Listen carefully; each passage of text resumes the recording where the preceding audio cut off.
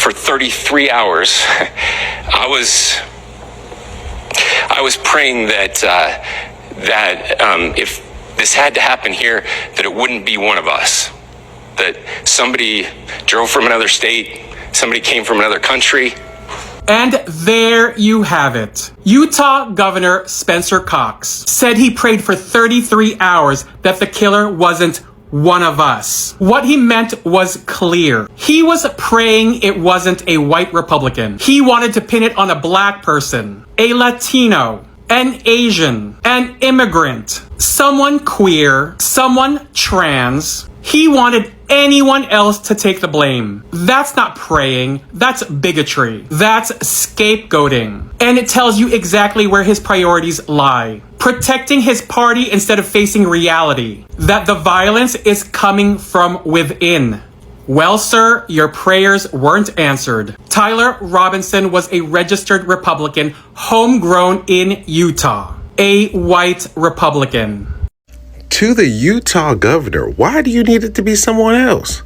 I mean, we know why, but I just wanted to hear it from you. I hope a reporter follows up on that you were hoping that it was a foreigner or someone that wasn't a part of your community and it wasn't one of you guys.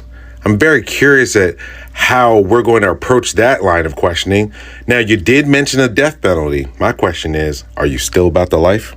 Utah Governor Spencer Cox gave a press conference today saying that he had spent the last 30 hours praying that the person who unalived Charlie Kirk was not from this country. He was like, it would have just made it easier on us if it wasn't one of us. Like, hey, we don't do that here. That's a direct quote. Imagine his surprise that it was a homegrown, white, cisgendered male whose parents are Republican. He was not affiliated with any party, and he didn't vote in the last two elections. Imagine the disappointment he had that he couldn't pin this on a community that was not the very thing that he sees in the mirror every single day. Every person that was in the room that he was talking to, the people that they are all talking to each other online about. The call is coming and came from inside the house, babes. Y'all were dying for this to perpetuate and propel your culture war. What now? That if this had to happen here, that it wouldn't be one of us. That somebody... You wanted him to be an immigrant. That's what you wanted. You either wanted him to be a or a Mexican immigrant. Y'all was banking on it. Y'all was like, yes, if he could have just been a Mexican, if he could have just been black, we could have get this race war on and popping. Yeah. No race war for you. It was a 22-year-old white kid whose daddy was a Republican pastor and the whole family were Trump supporters. Y'all wanted it to be a black person, huh? You wanted it to be an immigrant, a Latina, a Hispanic, a black person, an Asian person. But guess what? It wasn't. It was just white on white war. It's just a white on white war. It didn't have anything to do with the black community, Asian community, and any other minority that is in the United States of America. I think that is the thing that is still a problem in, racist white people who are in power or in a political seat. You want to pin things that don't even relate to certain people. You're pinning things on them that don't even relate to them. They haven't even thought about it for a second. Yes, Charlie Kirk died. It was sad. But black people or any other minority group did not celebrate it, and neither did they celebrate it. They just didn't care. And I guess that was such a painful thing for white supremacists to accept. So they were like, oh, I just hope it was a black person. I hope it was a Hispanic. Well, guess what? Didn't have anything to do with the minorities. It was just a white person who decided to do what they did, and that is just what it is. Anyway, before I give my full commentary, let's dive in and listen to what the following people have to say, and then we'll come back and talk about it. See you shortly. We got him? He's Muslim, right? Black? Latino? At least he's an immigrant. What do you mean he's from Utah? At least he's trans? Guys, okay, does he use pronouns? What do you mean everybody uses pronouns? At least he's a radical leftist? He's not a leftist? He's not even a Democrat? Guys, is this the same exact person as last time? A different one? How am I supposed to spin this? What do you want me to do? Lord, you know I prayed that it wouldn't be one of ours. Okay, give me a second to think. What would the president do? What would the president do? What would the president do? Okay, I think I got it, you guys. We're gonna blame the mental health crisis, and then we're gonna gut all the funding to all of the social programs. Fucking fuck niggas. What the hell did I just hear? Did the governor of Utah, who has one of the most lax gun laws in the state, is surprised as one of his residents that committed the assassination? It's been confirmed that Tyler Robinson, a white man from Utah, was the one that assassinated Charlie Kirk. Not a black person, not a Muslim person, not a trans person, but a white man from Utah. Now, based on his voter registration, it shows that he has no affiliation to any parties. Now, there isn't any direct evidence to show the individual's ideology, although there is a photograph of the individual in a Donald Trump costume. There are numerous photos of the suspect handling firearms, which clearly shows that Utah gun laws failed Charlie Kirk. And I still don't understand how the Utah's governor is still surprised that it was a white man from Utah that did this. If we just look at all the attempted assassinations and assassinations that happened this year, all of it was from white men. State lawmaker Melissa Hortman, suspect is a white man. The 2 assassination attempts on Donald Trump were white men. But you guys won't acknowledge that. And the reason is because Charlie Kirk bred the idea that white Christian people are the perfect being and anyone outside of that are criminals or problems. And any white individual part of any minority group is a corrupted individual. I would say pray for Charlie Kirk's family, but my prayers are wrapped up into the HBCUs that got those threats: Gaza, Sudan, and Congo. The governor of Utah was visibly upset and on the verge of tears today during a press conference after he found out that the person who allegedly unalived Charlie Kirk was not an immigrant. What a strange thing to say. So he was praying that it was an immigrant and not one of them. This is of course coming in after the person who allegedly unalived Charlie Kirk was captured. He was actually turned in by his own family. They really wanted it to be an immigrant, and as you can very clearly tell, he's not an immigrant, he's not Hispanic, he's not Latino, he's not brown, he's not indigenous, he is a homegrown European American. But there you have it, guys. I think the governor of Utah said the quiet part out loud, but anyways, let me know what you guys think.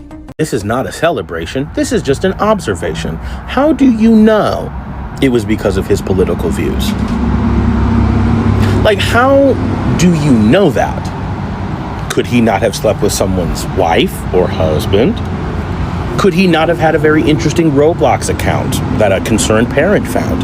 Could this not have been gang activity? A lot of guys running around in vans just grabbing people right now.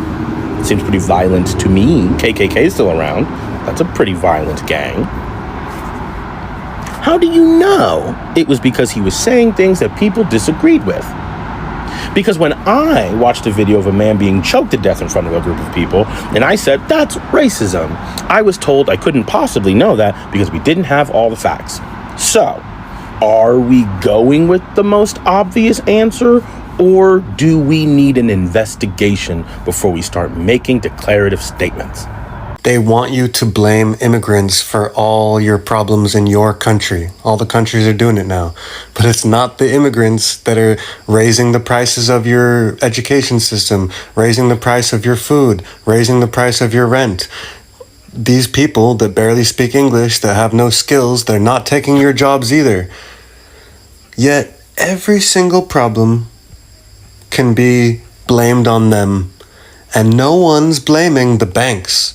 No one's blaming the government or the officials. Isn't that interesting? Just everyone riled up against the immigrants. And you know what's even more ironic and interesting? With all these countries, they're all countries that have been founded on immigration and taken. Stolen land by immigrants, and then 100 or 200 years later, they're turning around and saying, wait a minute, we don't want any immigrants in this. Wait a minute. Your entire country was founded on immigrants. You literally stole the land from the indigenous people, and you're all blaming each other, except for blaming them. It worked perfect. Like, their system worked perfect, and you fell right into their trap. It's fucking hilarious.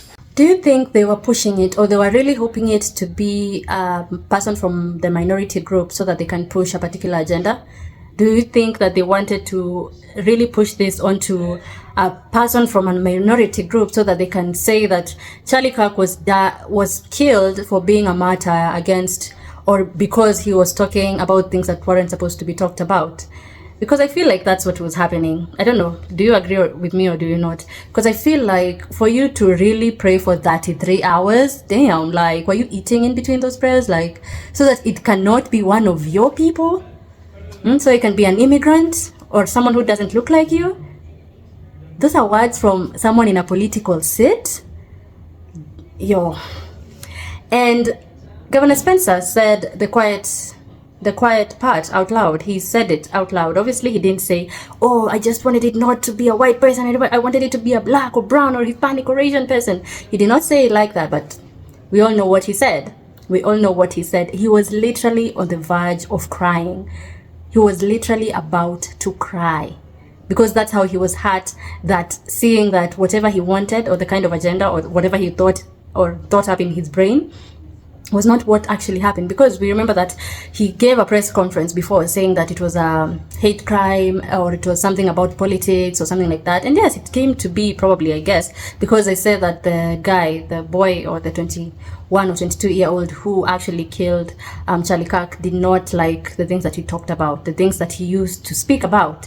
And mind you, Charlie Kirk used to speak more negative things about people of color than he did about white people. And yet there was a white person who did not like what he said to a point that he did what he did.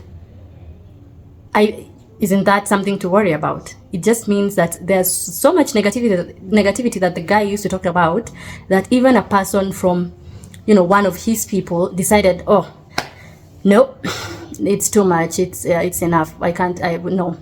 I'm just gonna deal with this. Obviously, I'm not justifying what he did. I'm not saying I approve or I support it. I'm just saying, the quiet part out loud.